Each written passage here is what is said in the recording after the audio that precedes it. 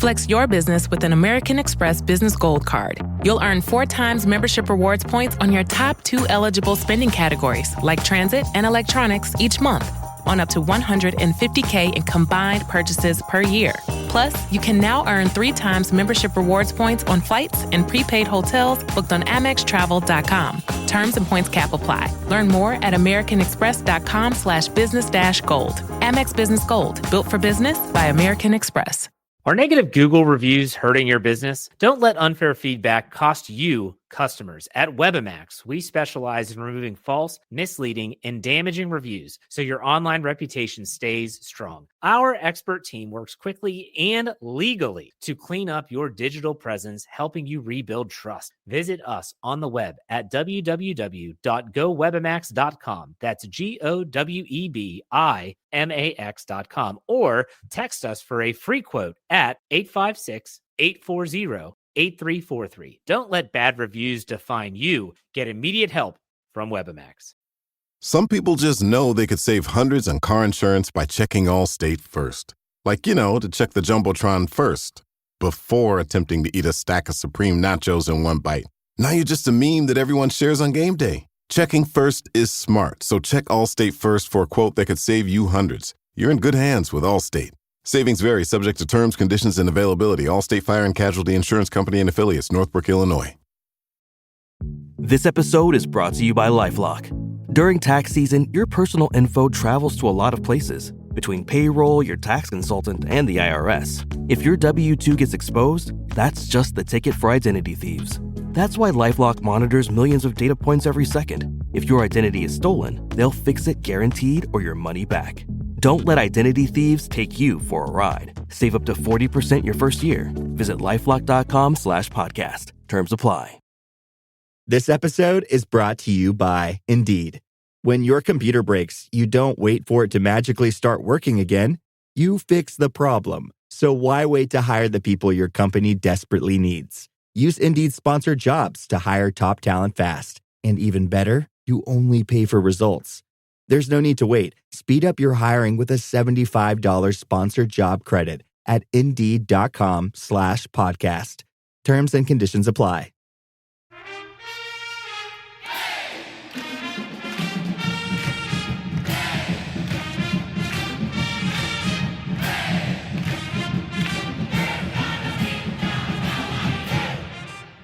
Hey there, Duke fans. Episode 96 of DBR Bites. We are here to preview the contest against the Florida State Seminoles. I am Jason Evans, because I'm sure at this point, after like 800 of these episodes, you have no idea who's talking to you. I'm Sam. Other guy. What? I'm Sam. Yeah, no, you're not. The other guy is Donald Line. Donald, the ACC is full of bad teams. Poor Florida State has somehow run into a run of tough games lately. Clemson, Miami's not tough. Clemson, Louisville, and UNC over their past 4, and it does not get any easier for them. They have the Blue Devils coming up on Saturday. What do you tell me, first of all, how Florida State has done against their schedule thus far this year? Yeah, so Florida State 16-12 this season, 7-10. They're 10th in the ACC standings right now. And Jason, I think the first thing we talk about when we talk about Florida State is the number of wins. At this point, we talk about top 100 wins and any bad losses that they've had. Now, they had a couple of top 100 wins, and they're against Pitt, Notre Dame, and Wake. But as you mentioned, lately they've been struggling, and they've hit a tough stretch. They had a stretch where they lost 4 straight last month.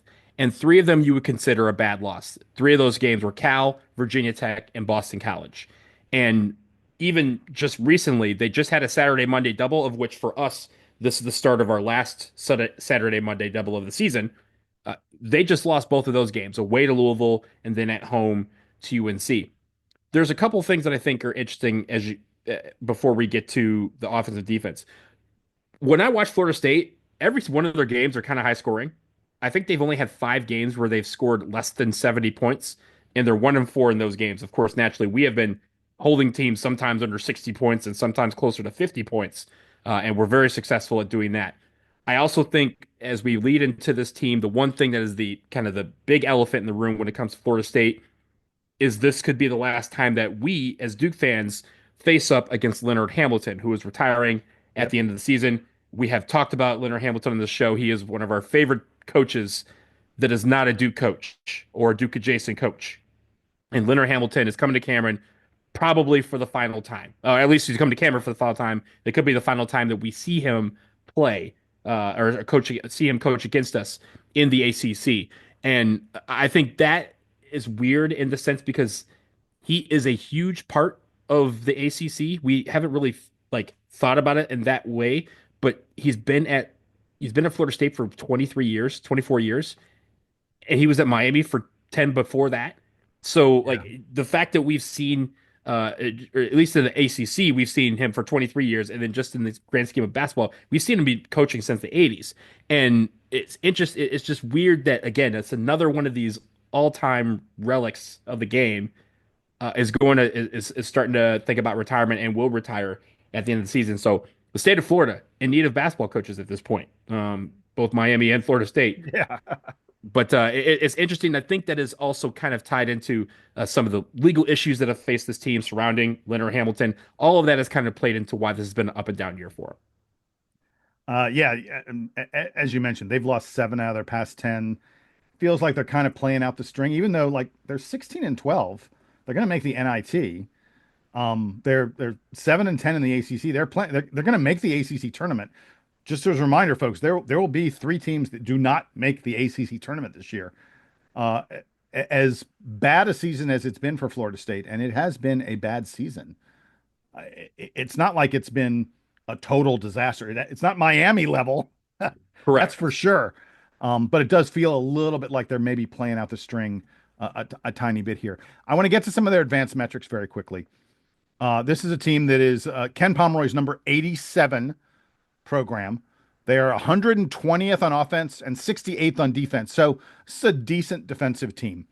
The first thing that jumps out at you, this is true of every Florida State team. Donald, you know what I'm going to say. They big. Tall. They tall. Tall. They're the 4th tallest team in Division I. And I want to point out, so they got a freshman point guard, Daquan Davis, who is just 6'1". Other than him, everybody else who plays is at least 6'5". And in fact, almost all the rest of them are like between 6'7" and 6'11". This Florida and that State guy didn't start playing really until he didn't start playing much at the beginning of the season because their average height was higher. They were actually number 2 behind us. But since he started playing, it knocked them down 2 spots. Yeah, exactly. But, a lot of teams, they get on the court against Duke, and they're just like, we haven't seen anything this big. We haven't seen anything this long all year. That is not going to be the case with Florida State. Let's get to their offense really quick. This team is, elite at getting to the free throw line. And if you think that's not a quality that matters, you are wrong. That is a great way to score points at the free throw line. They are in the top 25 in the country at free throw rate. They attack the basket off the dribble. And for a team that attacks a lot, they are remarkably good at not getting their shots blocked. Usually the teams that are going in there and attacking the rim, like they fight through one guy and then the help defense comes and blocks the shot sometimes. Not Florida State. They have the 8th lowest block percentage on offense in the land. So they get to the free throw line, their shots don't get blocked.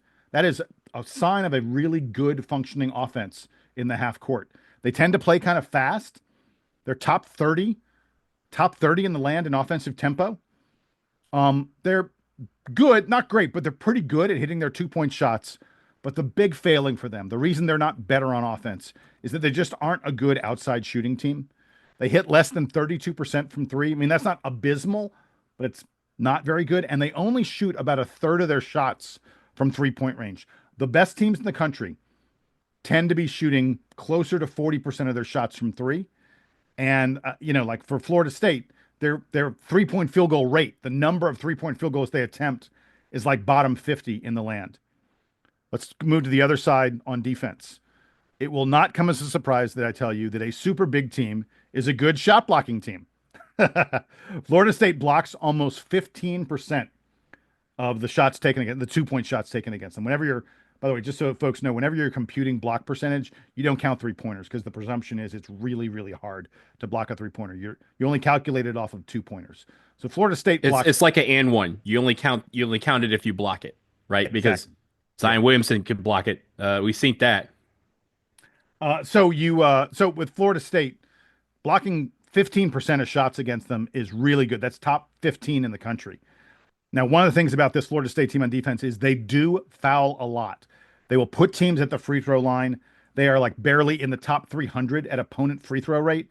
So you can make a living against them by going to the free throw line. And by the way, I think their games probably take a long time to play out because I mentioned they get to the free throw line a lot. They put opponents on the free throw line a lot. That's going to mean this game, set your DVR for more than 2 hours. That's for sure. And a lot of it is due to what you just said, right? That they're really good at blocking shots. They go for a lot of blocks. I mean, they're a tall team, so why wouldn't they, right? And because of that, when you miss, you foul, and that's usually and because of Leonard Hamilton traditionally throwing waves of guys at you, they don't mind taking some of those fouls if they're going for the glory of getting some of those block shots. Yeah, and I'm going to mention that again in just 1 second. Before I do, I just wanted to wrap up with the defense and say they're like top 60 in defensive turnover rate. This is a team that will use their length to disrupt the passing lanes and get steals and get turnovers. They're also fairly good at defending the 3-point shot. They hold teams to just right around 32% from 3 on defense. They don't allow teams to take a lot of threes. That's one of the interesting parts of this matchup. Duke, a team that shoots a lot of threes, makes a ton of threes. We're hitting like 38% plus on the season. So that's, one of the places where Florida State is good, and we're going to have to see if we can still succeed at that. You mentioned the fact that they go for a lot of rebounds. I think that's one of the reasons that they are not a very good defensive rebounding team. They allow more than 30% of missed shots to be offensive rebounded. And, as a result of that, that is a way that you can attack this defense. When they go for the block shot, the rebound is there for you. And it's worth noting that even though they're big, they're not all that good at getting their own offensive rebounds. They're just kind of average at that. You'll recall from the last game against Miami, Donald, you and I both identified one area that was bad in that game was Duke struggled a little bit on the boards, especially on the defensive boards. It'll be very interesting to see what happens in this game because Florida State appears to be a team that you can get when it comes to the rebounding battle. Yeah, it's also due to positioning, right? When you're big, you have a tall team, you don't necessarily need to rely on positioning as much, and that's kind of the downfall of some of these teams and why they don't rebound as well. And it's because, we've seen it. Like if I'm 7'2", I'm just jumping over you. I don't need to be in front of you and have the right positioning. I could just jump over you and grab the ball. You can't do that when you're facing another tall team. You need to be in the right position. Otherwise, you will get over the back calls. And I think hopefully we kind of use this as a thing like man, right? Or even a Gongba. The lessons that they've learned from playing some of these bigger guys over the last few weeks will hopefully prepare them for this game. Again, getting that positioning and being able to be in an area where they can box their man out and then get the basketball in on offense, knowing where those shots are going to miss. You've seen them. You've seen these guys shoot all season, so you know if Slim misses a shot, the rare time he misses a shot, where it's going to go. Be in that position because Florida State doesn't know that. And if you're in the right position, you're either going to get the rebound, you'll be able to have an opportunity to go back up, or they're going to foul you, and you'll go to the line and knock the free throws down. All right, with that, we're going to take a quick break. On the other side, we're going to discuss a few of the players that you need to know about for this Florida State team, including a transfer who is a really, really interesting transfer story. And big happenings over in Chapel Hill off the court. We're going to discuss it when we come back.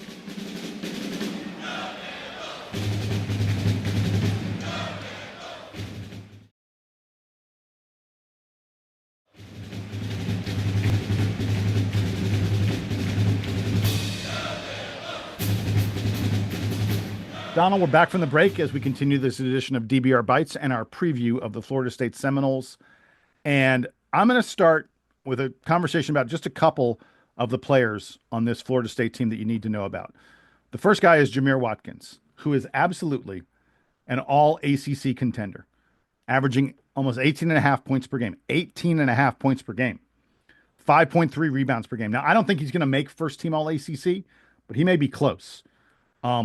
He's going to take a lot of 3-pointers, takes like more than 5 3-pointers a game, hits them, decent, 33% or so.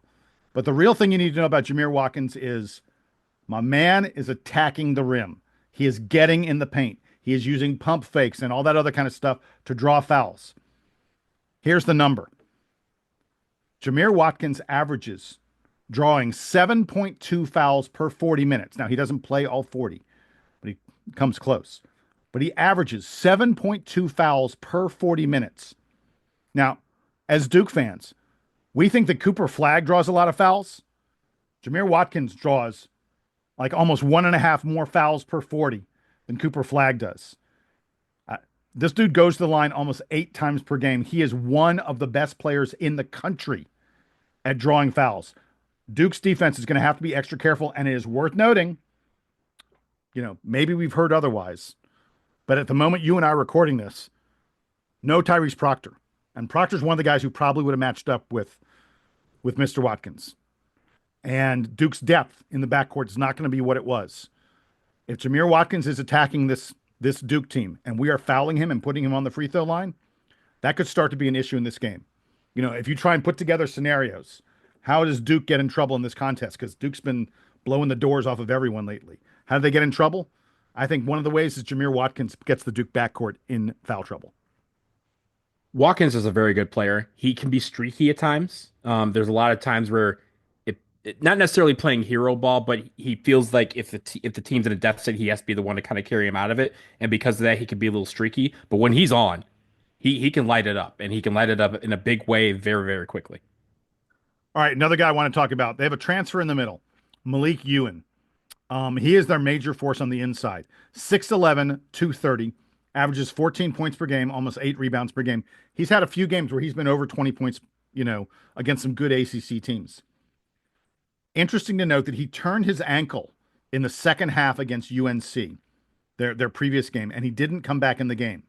I have not gotten any word. I have no idea if this injury was like I turn my ankle, I'll be fine, or I turn my ankle, I'm going to miss 2 weeks. If he doesn't play against Duke, it is a real problem for Florida State because this guy's got a really interesting history and he's a very effective player. Let me start with his history. So he played as a freshman at Ole Miss 2 years ago. Didn't play a lot. And in January of his freshman year, he was involved in a car accident where someone died. Now, details are murky. I haven't, not a lot has been found out about that. And frankly, I didn't try and dig too deep on it. But he sat out the rest of that season. And then when that season was over, he transferred from Ole Miss and went and played JUCO ball. How did he do at the junior college level? He kind of kicked butt. He's widely considered the number one JUCO junior college recruit coming into college basketball this past year. He was a force at the JUCO level, and he arrived at Florida State, and he's been really good since arriving. He uses his weight and his strength to get where he wants to on the floor, finishes really nicely around the basket. He's very agile. He is athletic and skilled for a big man. And in fact, I've noticed they allow him sometimes to bring the ball up the floor to initiate the offense. I think it's because other teams, I guarantee you that Malik Ewan is going to be guarded by Kaman Malawach. Kaman Malawach has not spent a lot of time out at the 3-point line guarding a dude, bringing the ball up against him. That is something that he is not used to, and that is something that Malik Ewan is going to do for Florida State. Now, he's not a big shot blocker. He's a good rebounder, especially on the offensive boards. Really, really good offensive rebounder. But I've just seen some really intriguing stuff from this guy. I'm kind of surprised they don't run the offense through him even more than they do, because he's very creative around the basket. And I think he could be a problem for Duke.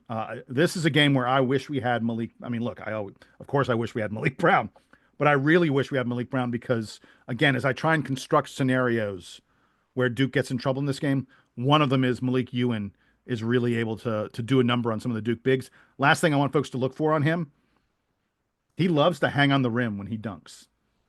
I think he does. I think he hangs too long, but I haven't noticed him getting a lot of technicals or anything like that. But pay attention to that, especially straight on dunks. He's up there for a good 2-3 seconds. I'm telling you. Well, that means we should keep him off the rim. Cameron's rims are fragile. They're old. We don't need him messing those up. There you go. Look, like all Leonard Hamilton teams, this club is really deep. Ham plays a lot of different guys. They got 10 guys averaging double digits. I'm not going to bother to preview all of them. And I can't necessarily tell you, other than those two guys, Jameer Watkins and Malik Ewan. I can't really tell you who else is going to be a significant player for them in this game. They've got a lot of options. That's the way Florida State works. But one guy I do want to point out, be on the lookout for 6'10" power forward Taylor Bowen. He didn't shoot a lot of threes a year ago, but he's taken about 3-3-pointers a game this year for them. And he's hitting like almost 40% from deep. And in ACC games, he's hitting better than 44%. Taylor Bowen is also their best shot blocker. I think he's a really interesting matchup with Cooper Flagg. Now, I'm not saying he's going to shut Cooper down or anything like that. I'm not saying he's someone that they're going to go to a lot to get Cooper in foul trouble.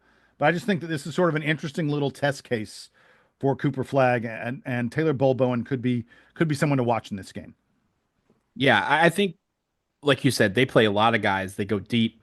There's a lot of rotation.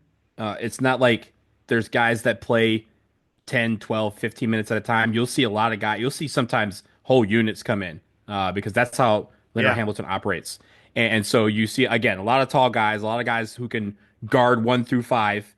How well they do is kind of dependent on how their season goes, which, of course, this season they haven't been doing that well. But I will say that is you're going to see a lot of switches, and you're going to see guys who are going, just going full 100%, full send, because they know that 2 minutes from now, another guy's going to come in and give you a break. So you'll see that kind of motor. That's what Leonard Hamilton wants in his offense and especially his defense. All right, dude, I'm sending it over to you now. You got to tell us about the matchups. Tell us what you're looking for in this game. So there's a couple of things that I'm looking at. And I mentioned the scoring at the top, the fact that they tend to score a lot of points. They've only had 5 games under 70 points. They're 1-4 in those games. And the idea is on offense, they're not trying to make it a track meet, but they can run if it does become a track meet. And like John Shire said, earlier in the week, he said that about the Florida State team, about how they do like to kind of get out and shoot very quickly. He said they kind of want it to be a track meet, but teams aren't allowing them to go faster when Duke's on offense. And I wonder if this is a game where they might try to test that a little bit, see if they can get out and feed a little speed to the vehicle that is our offense right now. That is going to be an interesting thing to watch. But limiting Florida State scoring, again, if it's one of these games where you see them in the 30s or 40s with like 10 minutes left, this is a good sign, because that means Florida State does not play well when they're from behind. They even have one game against Clemson where they lost 72-46, and it's because they just could not hit water from a boat. And when Clemson took the big lead, they just couldn't do anything about it. And their ability to try and like force the issue and press their way back into the game just doesn't work all the time with Florida State. So look for that. I think the big thing, right, because we're seeing a team of similar size, is to control the paint. That's rebounding. That's limiting blocks when we're on offense. They're going to try and go, do a lot to try and take control of the paint. If we're able to be in control of the paint, and most especially, Jason, on the rebounding, you mentioned their rebounding is not as great as you would think a team as tall as they are would be. And if we can control the rebounding and get back to the point where we are dominating on the boards, that's going to help immensely. I think the final thing is Tyrese Proctor not being in this game. And at this point, we have to suspect that he won't be. Tyrese Proctor not being in this game is a big deal for our offense. It's an even bigger deal for our defense, but it might be the biggest deal in the leadership department, because as I've mentioned, the last few games, and all season really, but mainly the last few games, whenever we kind of get into a rut, it was Tyrese Proctor pulling everybody into the huddle and getting them back recalibrated and refocused. We need guys to be able to step up in all of these different areas that he does so well. I think the threes are going to be okay, right? We have guys who can shoot threes. I think the defense, we have the next man up mentality with regards to opportunity. And Isaiah Evans, again, if he's the guy that gets the starting nod, we've seen him step up quite a bit defensively lately. Have been a decent defender. But if it's leadership, that's where Sion James comes in. That's where Mason Gillis comes in. That's where even a Malik Brown, who's not playing, right? Tyrese Proctor, they can do stuff from the bench, but you need the guys that are in the game to make sure everybody is in control when they get into a rut. And there's going to be a couple of times in this game, just like every game, where we kind of have a rut for a couple minutes, and that's okay. It's about how you respond to that, and that's where the leadership comes in. That is where missing Tyrese is going to be super detrimental. That's where we need guys to step up. And it's not necessarily about this game. It's about the next few weeks. Just like we want guys to have confidence in all these different areas of their game, whether it's Caleb Foster on offense, Patrick Gongba on defense, we need the guys to also be confident to know that if there's a rut, that any one of those five guys on the court can pull everybody in and say, guys, let's get back to our basics. Let's get back to playing Duke basketball and refocus the team on that effort. Last thing I'll say about Florida State before we're all done, Ken Pomeroy's computer projects that Duke will win this game 86-62, a 24-point victory. You mentioned Florida State is a team that usually scores a lot of points. Pomeroy says, 62 points. That's how many points they're going to score in this contest. We shall see. I like that. I like the prediction. So let's hope it pans out. Yeah. So 24 points basically is what Duke needs to continue to have the outrageously ridiculous efficiency margin that Ken Pomeroy has them at this season, the highest efficiency margin since 1999 among all teams playing college basketball. Donald, one last thing we want to get to before we are all done. We want to go just a little bit down the road. We're not going to spend a lot of time on this, but it was announced on Tuesday that Hubert Davis has signed an extension with UNC that will keep him as the Carolina coach through 2030. It's worth noting that they reached this extension back in July. And then they didn't sign the contract, though, until December, and they didn't announce it until now. Sort of a weird series of events. Like, you'd think that maybe you announce it when you reach the agreement. I don't know. It's kind of strange. That was very weird. Knowing that they waited 5 months to sign it and then even longer to announce it is very weird. I mean, I kind of get waiting a little bit to sign it because, lawyers going back and forth. Let's change this. This "the" needs to be a capital "the" or whatever. Whatever. You're a lawyer. Whatever it is that lawyers do, that it takes time. They don't take 5 months. Promise you that. That's true. Yeah, probably don't. Especially with a contract extension, because most of the details would have been initially in place. But in any event, some of the things we've heard in this is that he's getting a big raise in his base pay. This is the money paid to him directly by the University of North Carolina, going from $400,000 a year to $1.25 million a year. His supplemental pay, which is, what he gets from like the shoe contract, the apparel contracts, his radio show, his TV show, camps, that supplemental stuff is guaranteed to be at least $1.7 million, which is right around where it has been in the past. And they've said that they're going to make sure that that increases by at least $100,000 a year for the duration of this contract. Now, it is worth noting that they discuss his buyout in this contract. And his buyout would only cover the base pay, not the supplemental pay. So his buyout is just $1.25 million per year. And if for some reason North Carolina feels the need to get rid of Hubert Davis prior to 2030, $1.25 million a year is a pretty manageable kind of number. That doesn't get. There are a lot of coaches who have buyouts $6, $7, $10+ million. $1.25 a year, that's not super huge job security. It means that if Carolina feels like they need to move on, they would be able to move on. Anything on Hubert Davis's contract?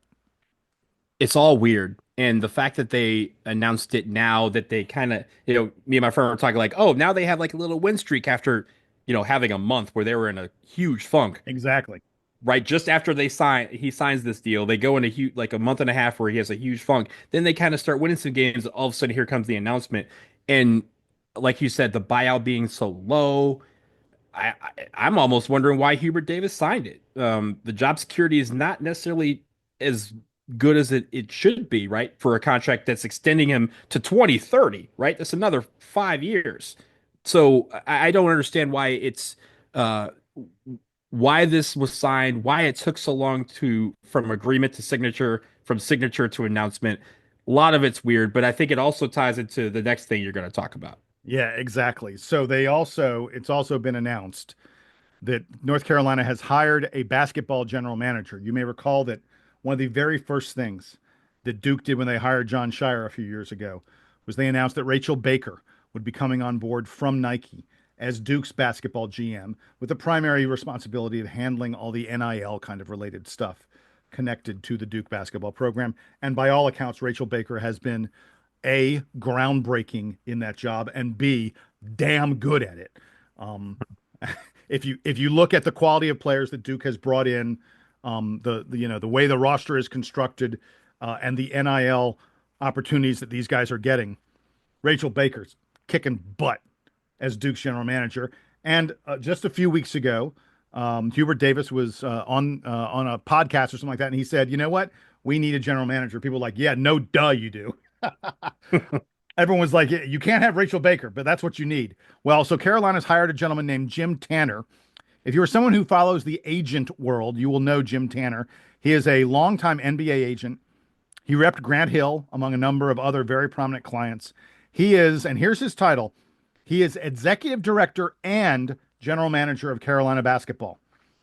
And he is going to have a ton of authority over there. It has been reported that he will have final say on the North Carolina roster. You know, he's going to be very involved in recruiting freshmen and guys from the portal. Now, this is a bit like the way an NBA team operates. I want to be clear. If you're a coach in the NBA, the final say on your roster is the GM, the director of player personnel as well. Coaches are sort of, the way the NBA works is team presidents, stuff like that. Yeah. Guys above you, above your pay grade, literally. They go, here's the team, you coach them, but you don't get to decide who's on that team. Now, the coach has a lot of input. There's no question about that. But they don't have final say. At most college programs, I guarantee you, if John Shire says, "I want this guy," Rachel Baker isn't saying no. She's saying, "Let me see if I can help make it happen." Apparently, that will not be the case at UNC.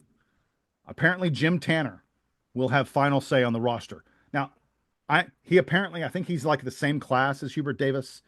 My bet is they've known each other for many, many years. My bet is they have a good, close personal relationship.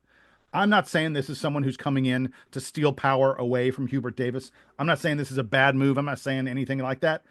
But it's kind of weird. So it's, can you imagine Tom Izzo? Can you imagine Dan Hurley? Can you imagine John Calipari? Can you imagine John Shire saying, "Oh yeah, someone else gets to decide who the players are and then I'll coach them"? Ain't no way that's happening in a lot of the other major programs out there. But apparently that's what's happening at UNC. Remember that job security I was just talking about a minute ago? Oh yeah. it's evaporated even more with this. And the thing is, Jim Tanner, when it was this rumor about him coming into the program as the general manager actually goes back a couple of months. They've been kind of talking about it since Bill Belichick signed, which is around the time that this contract extension was signed as well.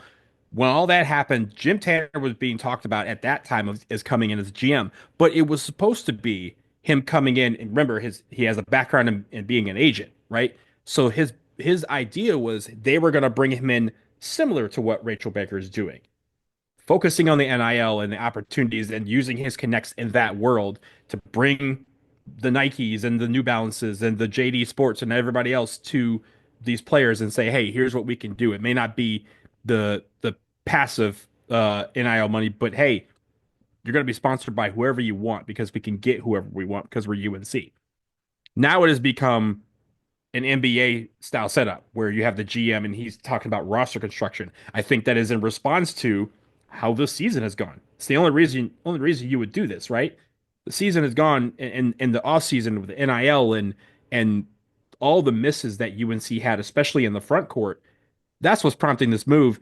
And yes, it is weird because you re-sign your coach for another 5 years essentially, and it's an extension, so it means really 2 or 3 years. But you have him now for an additional 5.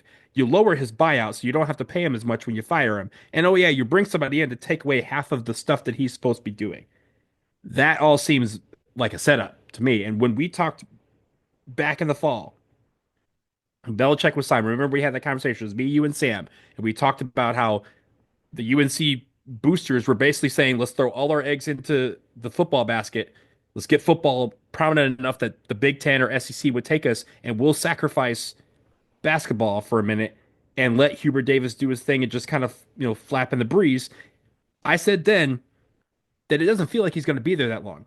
This does not give me anything to suggest that he's going to be there a long time. And the way that this season's going, the burner on his seat is already at level 8.